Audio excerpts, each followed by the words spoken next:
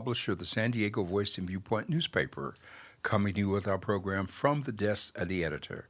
I often remind you that the Voice and Viewpoint is San Diego's oldest and only African American publication, physically found in 89 zip codes, 17 cities, unincorporated areas of the county, with single copy over the sale newsstands and retail outlet sales.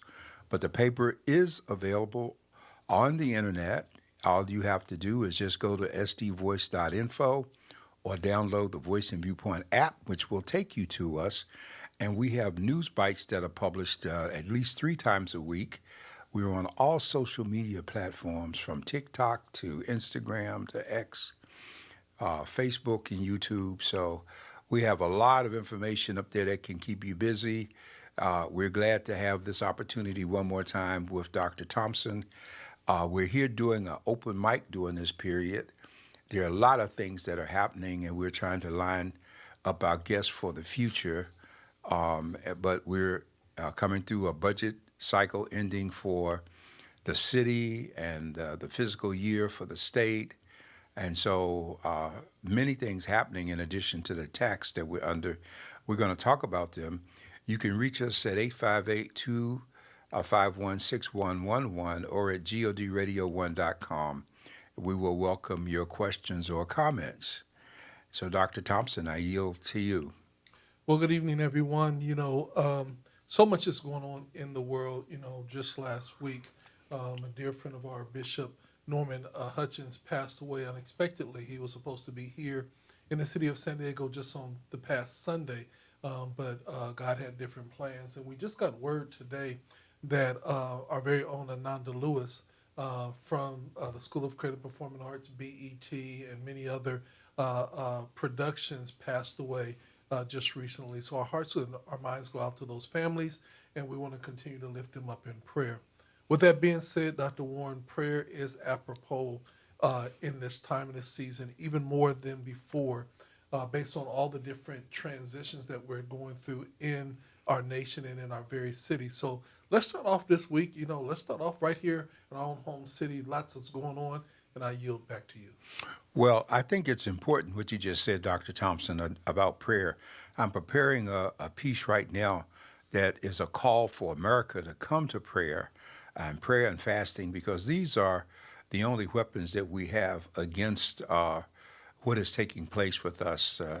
The things that we're experiencing from this administration are manifestations of the evil spoken of in Ephesians 6:12, wrestling not against flesh and blood, but principalities, rulers of the darkness of this world, spiritual wickedness in high places. And the president is the manifestation of these things, and the people are working for him are just as cruel and thoughtless. And I think the greatest thing that's happening right now is that America is rising up in every city, in every way. The courts are lackadaisical, and the fact they have bought into the president, they're drinking the Kool-Aid. And the Congress, I've called in my latest editorial that's published this week against Trump, the law, and we the people, that there be a major effort made in every congressional district with a Republican member who is vulnerable and not voting, because with all of the distractions between immigration, the federal troops, Elon Musk, all of those things are to keep us from looking at his big, beautiful bill, which must be defeated by all means, or America will truly be in a downward spiral. We've got to stop the tax cut to the rich. And while we're dealing with that nationally, we just hit a budget passed here in the city of San Diego, where we had a $258 million deficit. And we had the members of the council that voted to put back some parks and recs and library services as opposed to the additional police services that the mayor was pushing.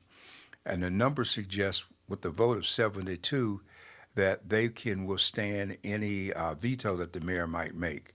So we do see that a lot rides on the trash tax, because the trash tax is supposed to bring in some $400 million. I don't know if it was cut or if it's not passed in some for any means, then we'll be forced into some drastic measures. And I know many people, including you, Dr. Thompson, are opposed to trash tax. And a lot of people like myself think it ought to be at least 50% of what they're asking for.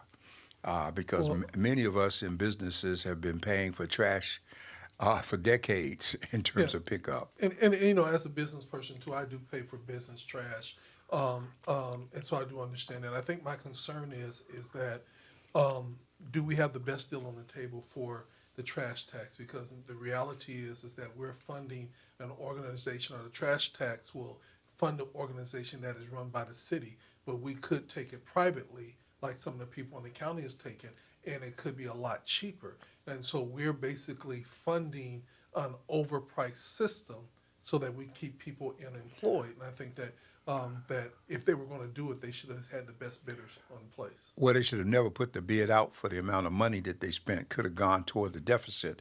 But I believe if they want $47, if they cut it to 20, uh, they get a part of both worlds, Yeah. and people can pay that, and it offsets some of what you're talking about. But it certainly helps where we have to do something to help. Those things being said, there's still a bunch of issues that are before us. We still have the issues of homelessness.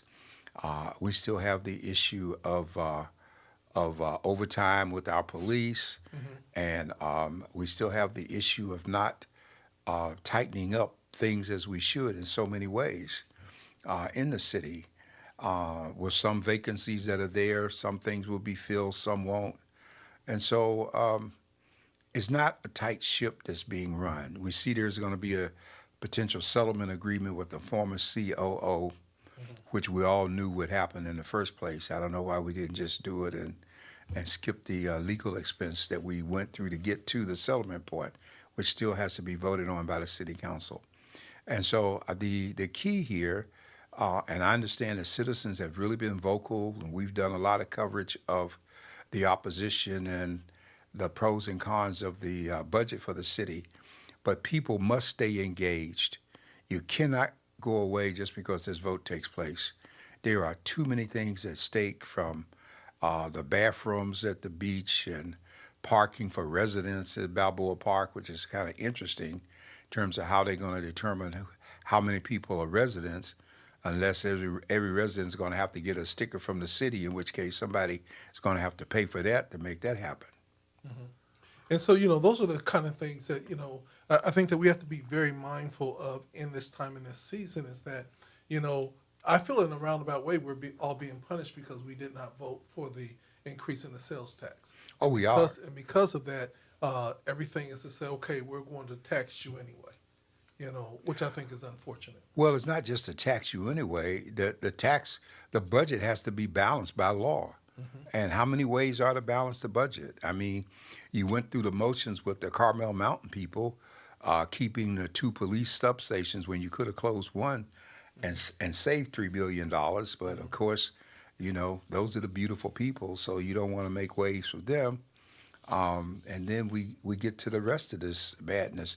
And it comes down, so much of our problem boils down to we the people, the citizens who demand services but don't vote and don't get involved. And in these days, people in decision-making positions are going to go with the folks who vote or have the money. And if we don't have the money, we certainly have the votes. So we have to start acting like it in terms of having the votes. Yeah. And so, the reality is that, again, balancing the budget, but there's some cuts that I think that still need to be made before it balances on the back totally of the people. Again, security and safety of our communities are very good, but they could have still been just as effective with that station closing down. There are a lot of things when we talk about the libraries, when do we close down the libraries? How do we cut the hours? Why do we cut the hours? Have they even did a real survey with just their librarians of how is the library really being used, and what are your busy hours and what are... Well, the library, according to the Library Foundation, the library has always taken hits that it shouldn't have necessarily, because it's never evolved to being as important as it is.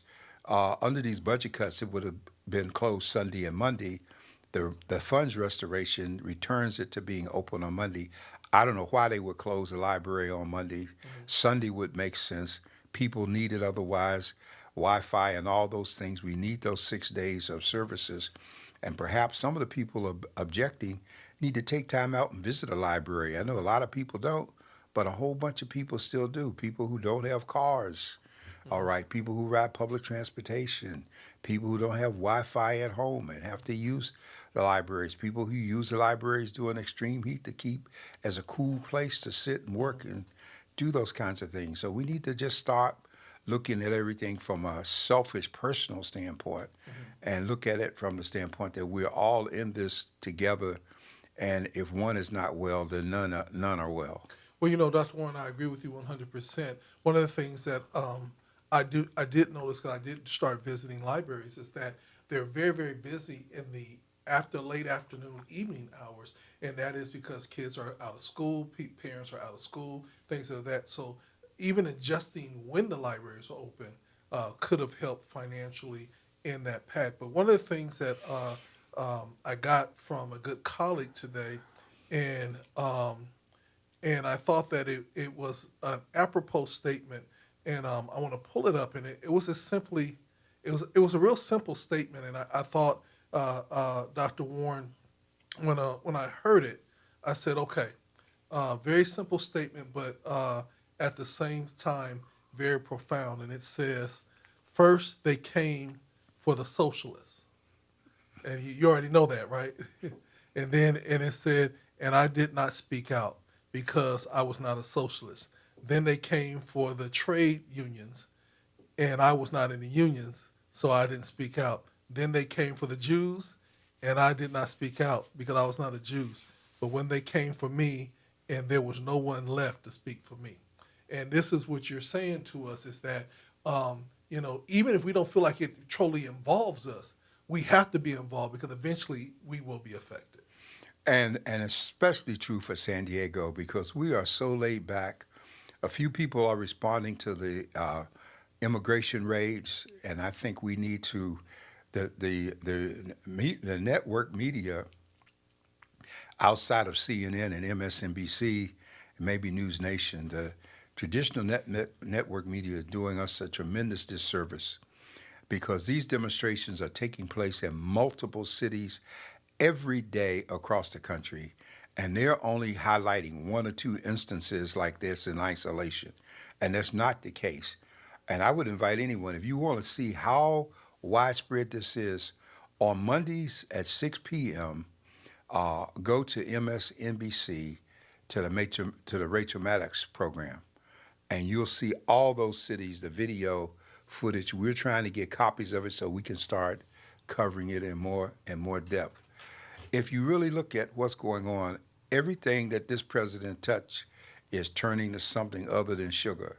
Okay, everything that he touches. From tonight, he's at the Kennedy Center with Les Miserables. As important as this classical play is, there are members of the cast who are boycotting it and will not participate because he has Trumpinized the Art Center in D.C., just like he's taken over the museums, just like he tried to cancel Job Corps, and the federal judge stepped in and forced them to reinstate it. At every turn, he's trying to cancel FEMA after this hurricane season, put himself in charge. In Oklahoma, he grabbed people today at a meat processing place where most of the people working in those facilities in the country are immigrants because those are jobs that Americans don't want. Americans don't want to pick strawberries, work in fields, work in meat packing plants, and the people who come here who are thankful for a job do accept these things. And so we have a major crisis going on. What just happened in LA is only a test run. It is totally illegal. Why it takes a judge until tomorrow to make a decision is mind-boggling to me because everybody who can read and knows anything about the law knows that, number one, it's a violation of the Posse Comitatus Act to put federal troops on the ground in any state or city without there being insurrection or rebellion or those things that are spelled out. None of that is present. To have the president federalize the National Guard, override the governor, people threatening to lock up the mayor and the governor is totally ridiculous. And there is no reason it should be taking the Supreme Court, who has given him a pass for just about everything he does, the Congress with the Republicans who are just sitting quietly and basically cheering about what's taking place because they're so racist that they don't want to see people having an opportunity in this country. And Trump is doing what they want done most. They are mad about the number of people that the Democrats have allowed into this country, and they are planning to purge at any cost. So you don't have to be guilty. All you have to do is be the wrong complexion. You look at the 19 countries that have been barred in terms of travel.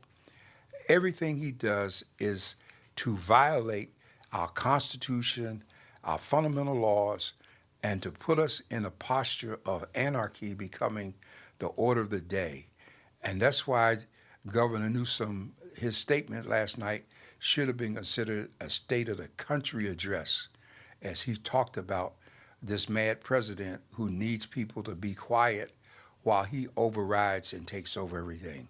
So my question is, we always say here states suing and cities suing the federal government, but the reality is, do they ever win? Of course they do. They do win, and that is appropriate under the Constitution. Under Article 10 of the Constitution, all those powers not given to the federal government are reserved to the state, and states are sovereign. And that's why the Constitution requires certain conditions before you can go in and override a state. Like Johnson did when he overrode the governor of Alabama to send in the federal troops for the black kids to be able to go to school. With the clear and present danger and the threats and the murders that had taken place, it made sense. We're not in that posture today. And what's happening in L.A. is just a few blocks in a huge city. The rest of the city, if they didn't look at television, they wouldn't even know what's going on. And he's taking that advantage to have this act done in such a way that he can go anywhere with it. Mm-hmm. And so what is as disturbing as Trump is the people around him. The insensitivity, the arrogance of Holman over Homeland Security, the arrogance of the press secretary at the White House, the arrogance of Steve Miller, who says he will lock up a member of Congress and they don't have any say. The arrogance and the disrespect for law and order, these things cannot be allowed to continue if we're going to continue as the country that we're supposed to be. Yeah, and one of the things that I'm just really curious about, in a time where budgetary issues are happening nationwide, why are we having this dictatorship-ish big military parade this weekend, spending millions and millions of dollars with the threat that if you protest, that I will come after you hard? Well, he can threaten all he wants to. There are going to be protests all over this country this weekend, and the protests are under the label of No King's Day. Trump is trying to imitate Russia, North Korea, China, all those places that have military parades on Armistice Day and bring out all the troops and their tanks and the missiles and all the stuff we've seen done over the years to reinforce their military strength. And that's what he's doing. He's trying to turn us into a dictatorship. And it's reached the point that we don't blame him right now. We blame the people who are in the other branches of government who have abdicated their own oaths and responsibility to allow him to do so. You know, the Supreme Court might be in a position for life, but they can be recalled. Mm-hmm. They can be recalled. Members of Congress can be recalled. And there should be recalls going on in every state. If the number of people protesting come anywhere close to the number of people who will actually vote in each location, we will get change. Mm-hmm. Trump can be stopped. Yeah, and the midterm elections is where we can make the biggest stop, and that is every Republican seat that is up. We don't even have to wait to midterm Okay. because we can start recall procedures right now in every state against every person. And if we can get these many people to come out and protest to him, we certainly ought to be able to get them to sign petitions for a recall. Because if they pass this bill, millions of people are going to lose insurance coverage. Millions of people are going to die because they can no longer be treated. And it's too late then to come complaining to somebody when you can get off your butt and get involved now. And I have addressed African Americans in particular, many of whom decided they're going to sit this out. You can't afford to sit it out. I don't care how you feel about who didn't get involved in Black Lives Matter. You are in this boat now. It is taking on the water of racism. You can join the ones who are bailing, or you can sit there on your hands and watch the water come up and sink where you sit along with everybody else. Yeah, and one of the things that we want to encourage people is the whole thing of understanding the process. So many people, I believe, feel helpless. And we say, get involved, but a lot of people are looking for direction, and that's the reason why it's so important for them to tap into the San Diego Voice and Viewpoint, because weekly you're giving action plans, you're giving direction, you're giving the knowledge and the history so that they don't have to be in so much despair, because just like I asked you, does it really work to sue the government? You say, yes, it does. I'm like, well, we could wait to the midterm. No, you don't have to wait. We could recall now. You know what I'm saying? But that's the importance of why we have the trusted messenger like the Voice and Viewpoint, where if you begin to tap in, you will get some action plans to move forward, and it won't be just in despair. Well, Dr. Thompson, as much as I appreciate that, let's not forget that every week we do Black Men and Women United. And this effort has been going on since the year 2004 with continuity and consistency. And I don't buy anymore the excuse that, well, we don't know what to do. When people care, they find out what to do.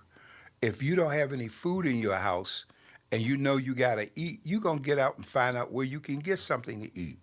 If you see what's going on and you look down the road, you're going to find out how can you get involved. And we still have people playing at involvement. They want to come for a few minutes, they want to make a speech, and then they want to go on with what that dog won't hunt anymore, okay? And we got people having all these little make-believe meetings, but they can't come out. The churches ought to be at the forefront of much of this. They're not doing what they've done in the past in terms of being involved. And there are some pastors that are really concerned, but I've spent a lot of time and money over the years trying to bring pastors to the table as shepherds of their flock, that we can move collectively. I still believe that prayer is the key to overcoming this, okay? As the scripture says, the weapons of our warfare are not carnal, but mighty to the tearing down of strongholds. And I believe that more than a national day of prayer, we need a national time of prayer. And I believe that when we pray, when we activate 2 Chronicles 7:14, my people who are called by my name will humble themselves and pray, turn from their wicked ways and seek my face. Then will I hear from heaven. And I don't believe today that we are taking God seriously enough. And the greatest weapon of the enemy is to have you think that he doesn't exist, that whatever is happening is beyond your control, and that he has nothing to do with it. And that's not true. And we cannot afford to be passive at this point. It's a life and death struggle for us, for our children, for our grandchildren. It's just by the grace of God, America has not been attacked, because we are more vulnerable right now than we ever been. We have an idiot as a Secretary of Defense. We have a fool for Vice President of the United States. We have a Secretary of State who is smarter than he acts, but he's drinking the Kool-Aid at all intervals. We have a Republican Congress who ignores reality, lives in that alternate space at all times, all right? And then we have Democrats who are lazy and non-productive, except for a few people like OAC and Cory Booker, Schumer, just a handful of them. The Hakeem Jeffries, who would be Speaker if it wasn't for the idiots running the park. All of these things are important. We can change those numerical equations if we get involved, folks. But we have to get involved. And I understand Sister Karine changing, the former press secretary, changing from Democrat to independents. I understand that very well because the Democratic Party as a whole does not appreciate the battle that we're in. Whenever it gets in power, it recycles the same old tired people. It does not reach out to new blood. The closest thing has ever come to that was the 90-day billion-dollar campaign of Kamala Harris. And that kind of power, if it was to be sustained, we could change America. Even though we are a minority, it just takes the power of one vote to make a difference. And let's think about it, Dr. Warren. We're seeing all these things that are happening, but we saw a record number of money being raised. Even when they brought the women on, they raised millions of dollars in a matter of minutes.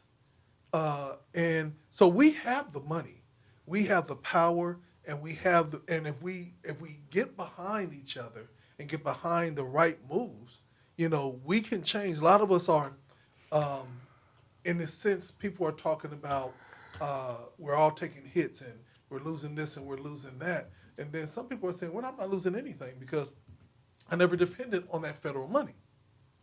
Well, I'm glad you make this observation because this is an area I wanted to address for a lot of us. Yeah, grants are being cut, dollars are going away, but there are those of us who are still working, and there are those of you who still have income. And I need you to consider how you're spending your money. That case of beer, that half a pint, that $10 pack of cigarettes, that unnecessary stop at KFC and Pollo Loco and Burger King and Church's Chicken and all this money that we are wasting in terms of fast foods when we should be circling the wagons, making some meals at home, saving some money, seeing how we can help each other in terms of transportation. We still have gas prices that are higher than any place else in the country, and even some island places that import gas. I know Victoria in Canada, the island, all their gas is imported, and their gas is cheaper than here in San Diego. Okay, but we're not consistent, folks. We want the sunshine and the beach.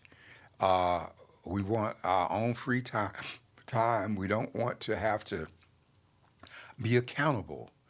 And there is no such thing as absolute freedom. Absolute freedom destroys and causes death. When you're separated, you've got to be anchored to something to be rooted.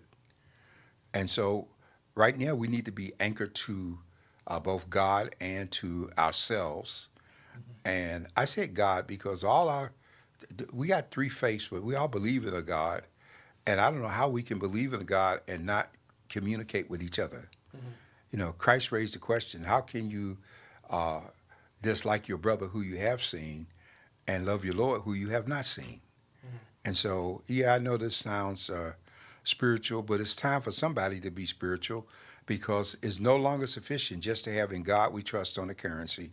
If you go back to 1787 and you look at Constitutional Convention and the things that took place, you'll see there was a time of prayer called for when there was great disagreement. And you will see that as a result of those times of prayer when things were done, that the office of the chaplain was created. And to this day, we have chaplains in the House and the Senate. Well, it's got to be more than a formality, folks. And we don't need an annual day of prayer when we're in a crisis every day. Every day we're in a crisis. And the solution is in our hands in terms of what we do. We'd love to hear from you. So you were talking this recently that they stopped the closing of Job Corps? Yes, I saw where there was a court order. A federal court judge stayed the closure of Job Corps. And since it was a federal court, I'm believing that it was countrywide. It's only like probably 100. Very few Job Corps centers were left. And I shared with you last week that one of the tragedies of it is that uh, anybody who's been born in the last 40 years have missed the significance and the impact of Job Corps as it was created. I was there when we created Job Corps. It was a phenomenal experience where kids signed up. They were even given transportation to another city so that their training was not in their hometown. And they got an environment external to where they were. And then when the Republicans came in, they were very slick. They didn't cancel Job Corps like Trump doing. They just cut the budget so that programs had to be cut, so that they cut it almost to being dysfunctional. It's what the Republicans have always done with social service programs. They cut the budget so that you can't see. If you look at this big, beautiful bill, it'll talk about entitlements, but you don't see Social Security mentioned or Medicare, Medicaid. You don't see any of these things mentioned or food stamps, but they all are affected because they come under the entitlement umbrella. So this is the time to wake up, to get educated, to get involved. Every vote counts. I remember the Supreme Court passed a decision in the 60s. It was called One Man, One Vote. And it made the case that every person's vote is important. And whole political systems have turned on one vote. The big, beautiful bill that just passed in the Congress passed on a 214 to a 215 vote. They got one vote. They passed by one vote. And a Democratic member of Congress had died a few days before. And so, all of this protest makes a difference. Mm-hmm. It makes a tremendous difference. Some of the highlights of, quote unquote, the big, beautiful bill, and, I want to call it the big deception bill. They talk about balancing the budget, but there are a lot of, what would it say? There's a lot of fat that they're not talking about. And I know that you broke some of that down. Well, you know what? The office of the Congressional Budget Office, which is like the accounting component to Congress, and it was created back in 78, I believe it was. I was there when they created it. It was created in 78, so members of Congress would have an independent place to make budgetary decisions other than bringing in the people who were heads of the departments that they were exercising oversight over. And so everything makes it clear that this bill is bad news. I don't want us to be caught up so much in trying to nitpick what's bad as understanding the whole darn bill is bad. It's bad in terms of everything that's in it that cuts and reaches into all our lives, and it doesn't do it all at once. A lot of this is going to take place over the next 10 years, and it's critical. It's critical that we push for a no vote, a no vote on the bill. And don't let nobody give us the excuses of, well, we know this. I mean, Musk, in his anger, let the cat out of the bag. We always knew there was fat there. That's why it wouldn't be beautiful. Congress is incapable of passing anything without pork barrels. And they call it pork barrels because everybody's got to get a little bit for where they want. Like down there in Louisiana one time, they built a bridge to nowhere just because the famous senator or congressman from the state wanted the construction job, bridge to build to nowhere. Wow. So I mean, we got stupid stuff that takes place all day long. We got subsidies for the honeybees. We got subsidies for the cattle people in terms of Bureau of Land Management and not raising the rents on the land they use for free, but yet they sell their cattle at market price to get things done. We got subsidies for the dairy people and the poultry people because perishables like produce, if there wasn't for subsidies there, it would be a gamble to raise those things that are so important to our diet as a people. And so subsidies are another word. Is there another word that they can use for subsidies? Yeah, for the poor people, it's called welfare. Okay. And for the rich people, it's called subsidies. Oh, okay. And everybody gets subsidized. The beekeeper gets subsidized. Everybody is getting a subsidy. Tobacco subsidy. The cheese thing was big until somebody did a phenomenal sales campaign to America on cheese. We remember the Department of Agriculture had surplus cheese and they gave it to us in big blocks, Yeah. and you couldn't cut it with a saw. But it made some good cheese sandwiches. Yeah, it did if you could eat it, because by the time it finished clogging you up, you thought you were full. That and 2 pieces of Wonder Bread. Okay, but the reality is, I'm gonna show you how this done. Someone did a slick campaign, and if you notice now, cheese is on everything. Everything. Cheeseburger, cheese dog, cheese everywhere. And that campaign, Selling America on Cheese, reduced the need for the subsidy on the one hand that was being given to cheese and stabilized the price in terms of demand. Okay? Cheese every place. Now they turned around and tried to do the same thing with bacon. It hasn't gone over as well. The bacon burger, and then it's enough to make you sick, these sandwiches that's got French fries, bacon, and cheese and everything on it. It's so big you can't even take a bite out of it. What and- restaurant is that? I ain't seen that one. Oh, they got them. They got them at. They have them at Wendy's. Okay. They have them at Burger King. They have them at McDonald's. You know, the bread is smaller, more microscopic, but the thing is stacked up bigger. Yeah. Okay, and it's just like fish. You know, it was a Catholic church that got in cahoots with McDonald's to make fish the big thing for Fridays. Yeah. Okay, so then everybody was looking for a fish sandwich on Friday. Now, if you go to McDonald's and get a fish sandwich, you almost get sick because there ain't nothing there. Yeah, and the sad thing about it is that during that time where it was like the Catholic Church had that time where people were eating fish on Friday, Jack in the Box actually created the best fish sandwich out there. But the minute the season was over, it went away. Well, that's true. That's interesting because Burger King had a good fish sandwich, but their fish sandwich has gotten to be so expensive that there's no way it can compete with the junk that McDonald's sells on Friday for fish. Exactly. And if you ever buy into it one time, you avoid it from there on. Yeah. It's not worth it. And some of us are old enough to remember when the family could be packed into the car and drive down to McDonald's instead of cooking dinner, and everybody could get a hamburger, cheeseburger, French fries, and a shake, and the carload of the family, you wouldn't spend $10. Exactly. Now you can't get a combo for less than $10. Hey, combo for Yeah. no. The sandwich is $10 by itself. And then they have this big meal deal, and they say, it's going to be like $6.95, but they don't tell you that they cut the size of the burger, the bun down in half. So when you get it, The meal is microscopic, number one, and the big meal deal is one of the worst things from your health standpoint you could eat.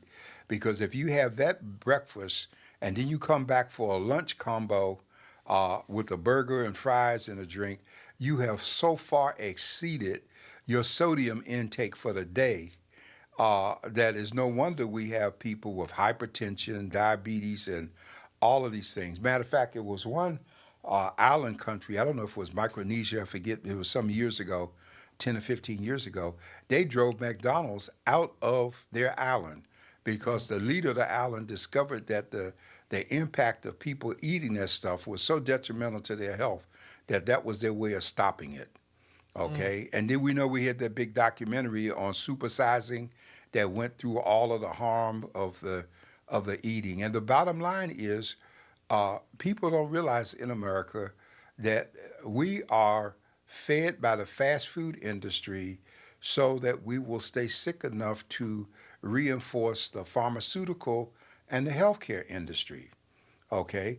Because they're making money off us at every stage of the game, and they even try to get in on the act when you die, but they haven't been able to get as much money out of that so far.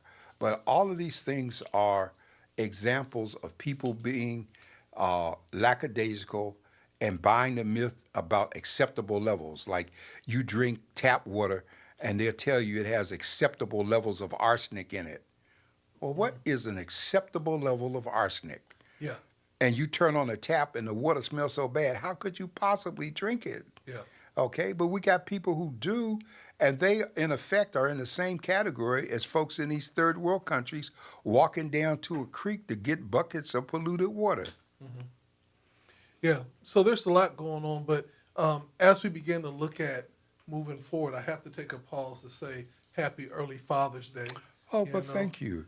this is Father's Day weekend, and very curious, which is much more different than Mother's Day weekend. Mother's Day weekend is a cash cow weekend.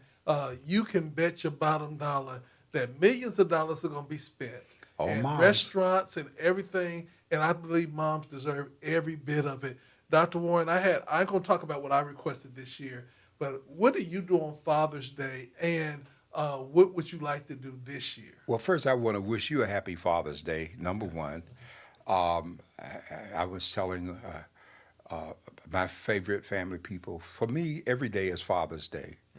Every day that people are healthy and well, and I'm not repeating the years of when I had struggled to make sure that people ate and they had a car, they got to school, they had shelter, and all those things that parents do, and to have lived through and see the fruit of being beyond that, to me is a blessing. And so I don't buy the Hallmark scenario, okay? I can be really happy with a piece of carrot cake and a good Western, and I'm good, And give me a steak maybe, but I don't need to go out to a restaurant and do the fancy thing. And I don't have a lot of personal needs. I can't wear but one pair of shoes at a time. I got shirts that I don't put on because I don't want to get choked up anymore unless I'm getting a check. And so I feel you on that one. I'm a happy camper. I wake up every day that I can put my feet on the floor and stand, and I got shelter, and I can switch lights and turn on water and open a box. And hey, I keep telling people, let's not forsake all of this, because a day is going to come when we won't have it. And so many of us are losing it every day as the number of homeless people increase among us. The solution to homelessness is never going to be solved by throwing more money at it.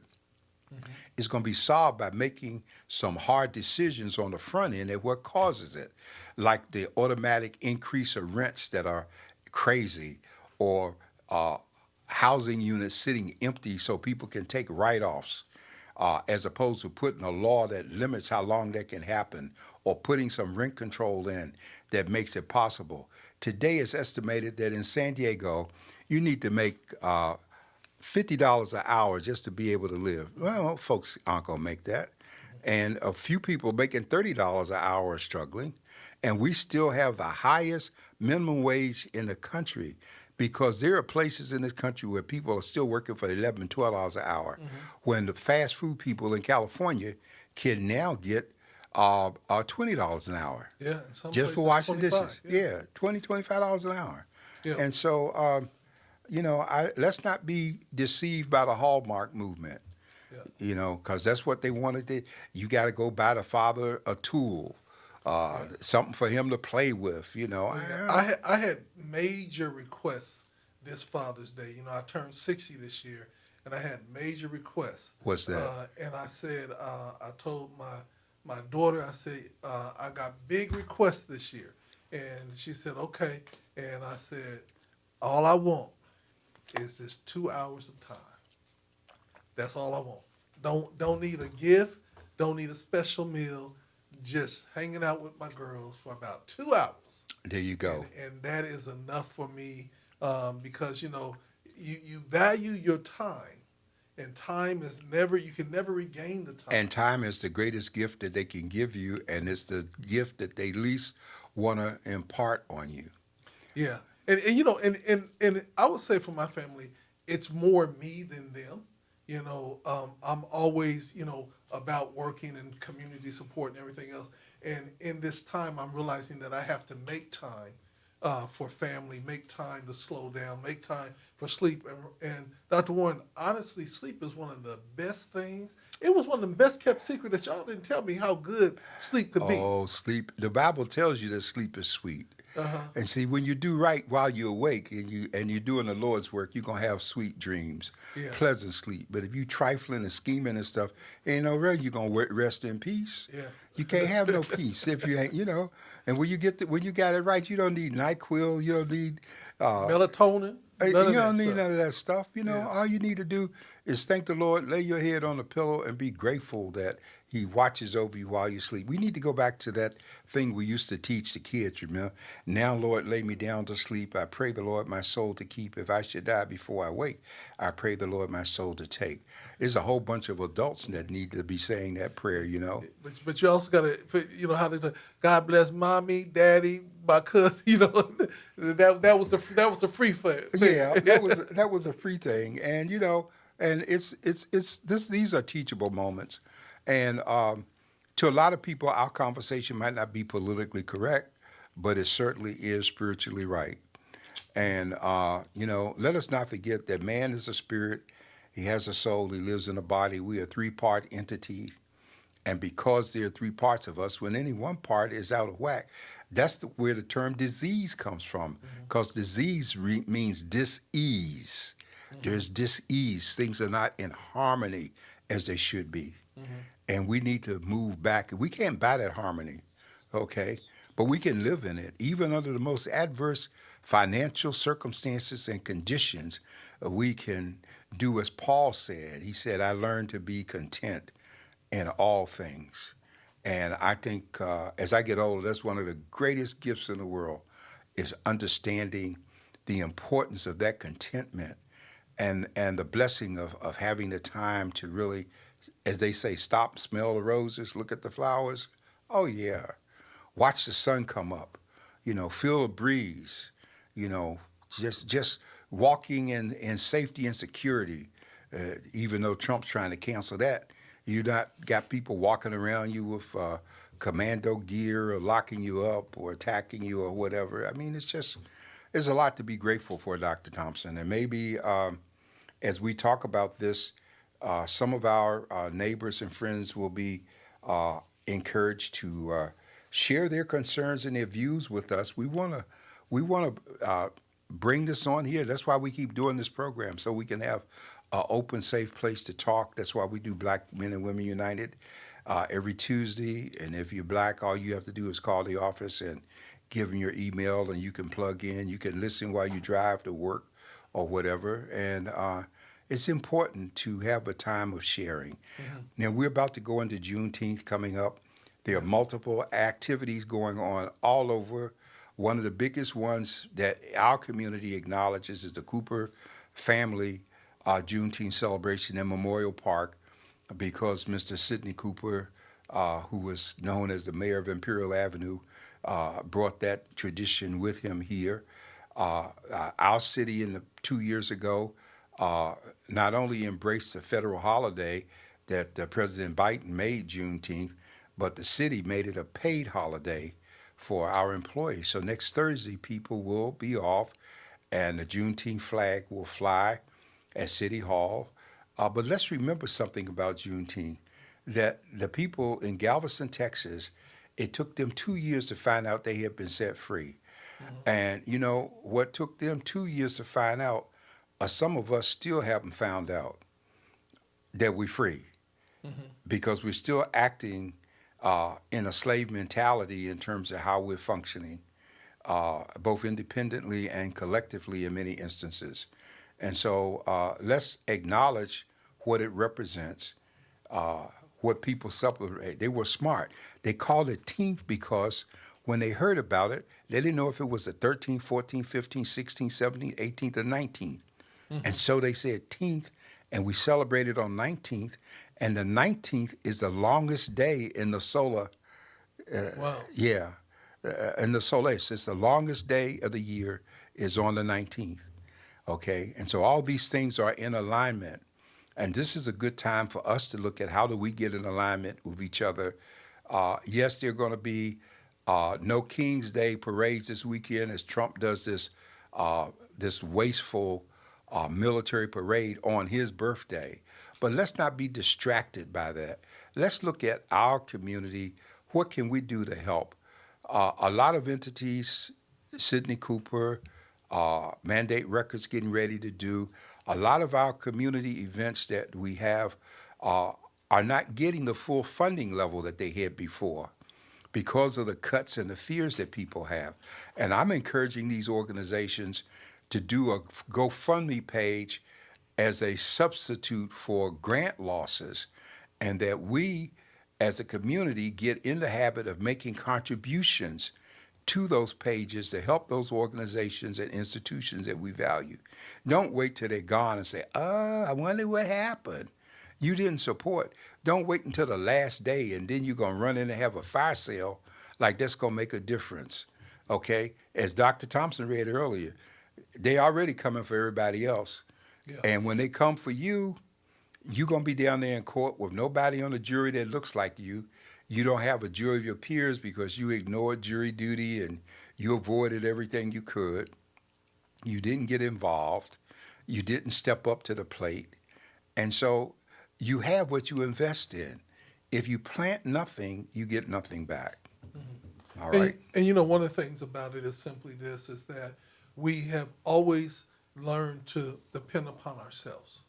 And many times as a community, we lose sight that we cannot always look for subsidies from other people to value what we value. Oh, no, Dr. Thompson, we used to depend upon ourselves. Too many of us have incorporated the welfare mentality in our DNA. We now have an entitlement because when you, I, those of us who have sponsored activities the past 30 years, people don't come saying, what can I do to help? The first thing they want is a discount, a delay in payment, don't want to pay, sneak in free, have an event on the other side of the fence so you don't have to pay but enjoy the fruits and the labor. And it doesn't work that way. If you don't contribute anything, you can't get anything back. And so many are living in poverty because the curse of poverty is upon you because you don't share, you don't give. You're always in a perpetual receipt mode. Mm-hmm. And I think when you reverse that, you will find that you will have enough. Yeah. And that's what's going to be the biggest thing is that, continuing to learn to give is more blessed to give than to receive. And then when you do that, you have an overflow, because favor is not fair, but the principles of giving and tithing and sharing will always stand strong. Well, I don't know any place where anything written in the Bible says it's got to be fair. Yeah. Okay, that's our concept. And there's nowhere that says that you have to be happy. The document says that you are entitled to the pursuit of life and health and happiness. Mm-hmm. Doesn't say you got to be happy, okay? So if you ain't happy, that's your fault that you're not happy, okay? But what are you doing to help somebody else? Because once you get involved in someone else's happiness, yours is going to be okay. We got people in these rest homes that don't have anyone to visit to come look at them or talk to them. Mm-hmm. So many things we could do that don't cost anything to help others, and we still are grabbing and pulling and not sharing. So I'm going to stay on this wagon. I'm going to stay on it because this is the time. Thomas Paine wrote these words back, as I quoted in the editorial this week, when we were engaged in the struggle of the American Revolution. And he said that the summer soldier and sunshine patriot will soon vanish from the service of his country, but he that endures until the end deserves the love of all mankind. Are you going to be an endurer, or are you going to be a summer soldier and sunshine patriot as we struggle to maintain democracy, not lose our civil rights that so many died to give us, and be thrown back as some would have us do? Yeah, and so as we celebrate Juneteenth this weekend and next week, realize that it's just not about the party. It's not about just the music or the gathering, but it is about us coming together on one accord. And it's so important. And this is the thing that I want to encourage people. We got to stop always being so territorial over ideas. We got more Juneteenth celebrations than we ever had before. And here's the problem that I face with it is the reason behind them. If the reason behind your Juneteenth celebration is so that you can come up and make money, then you're misled. If it's about bringing community together and to continue the education of people, then I'm proud of you and I'm going to keep on pushing you out there. But we have to make sure, some people we're going to have a Juneteenth barbecue and throwdown. You know what I'm saying? That's just a good reason to have a party. You know what? And I mean, people today don't realize this, but 40 years ago, 35 years ago, outside of the Cooper family, the Voice and Viewpoint helped develop the local attitude toward Juneteenth because we had sponsors like Anheuser-Busch who put a lot of dollars into our promoting Juneteenth. And once they did that with some of the things that we put on, then other people ran to them to get money and started organizing and started looking for money. So the pot of money dissipated that was there. And so there are people who are looking to do nothing but turn a profit with Juneteenth, okay? There's nothing wrong with having a business idea, but let that be uh, equally yoked to what we need to do as our commitment to the ones that made this possible.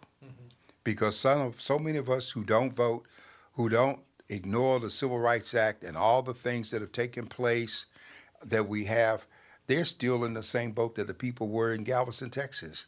By the time they found out about Juneteenth, the 13th Amendment had been signed, Lincoln had been assassinated, and a deal was struck to keep them on the plantation.